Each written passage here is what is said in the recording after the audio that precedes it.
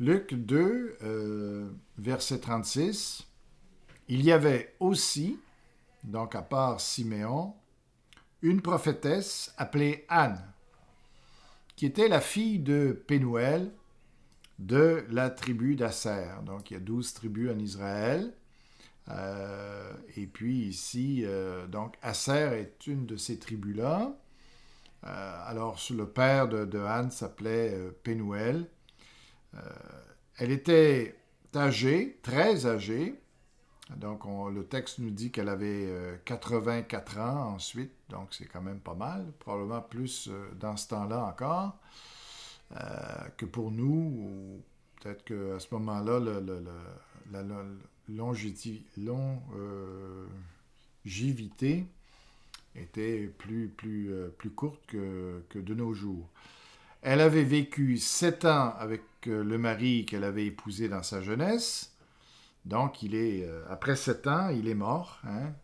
Et puis là, qu'est-ce qu'elle a fait? Ben, elle a refusé de se remarier.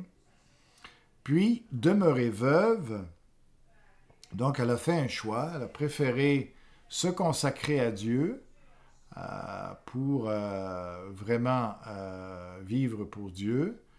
Et ici, ça dit, demeurée veuve, elle était parvenue à l'âge de 84 ans. Donc, depuis, depuis ce temps-là, depuis la mort de son mari, elle servait Dieu au temple, en tout cas, elle se tenait au temple, là où Dieu se révélait, et elle servait Dieu jour et nuit. De quelle manière elle le faisait? Elle jeûnait et elle priait. Donc, c'est probablement ce qu'on peut faire de mieux pour Dieu, jeûner et prier. Des fois, on a l'impression qu'on ne fait pas grand-chose quand on prie, mais c'était pas ce qu'elle comprenait de la prière. Elle voyait l'importance du jeûne, de la prière. Alors, Dieu a probablement suscité cette femme-là, justement, pour l'emmener à prier de cette manière-là, de consacrer sa vie à la prière. Et je pense qu'on peut dire que Anne a une grande responsabilité dans l'accomplissement, finalement, de tout ce qui s'est passé de son temps. Et là, elle est vieille quand Jésus lui est présenté, mais ça fait longtemps qu'elle prie pour la consolation d'Israël. Et donc, elle va voir l'accomplissement finalement de ses prières ici. Donc, sans doute qu'elle a eu une grande part à jouer par sa vie de prière sur les événements qui se sont produits de son temps, la venue de Jésus. Alors, c'est sa grande récompense. Elle arriva à ce même moment, donc encore là, pas de hasard, et se mit à remercier Dieu, et elle parla de l'enfant à tous ceux qui attendaient que Dieu délivre Jérusalem.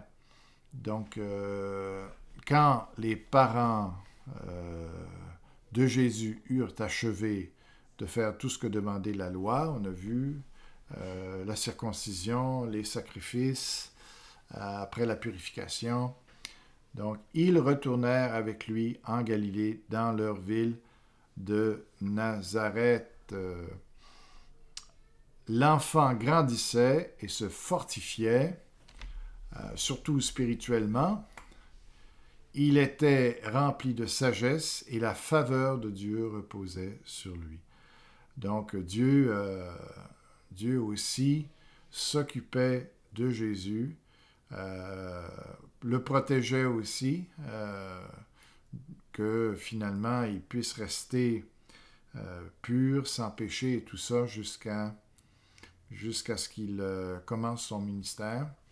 Donc Dieu a eu un grand rôle à jouer là-dedans euh, aussi. Alors voilà pour la lecture d'aujourd'hui.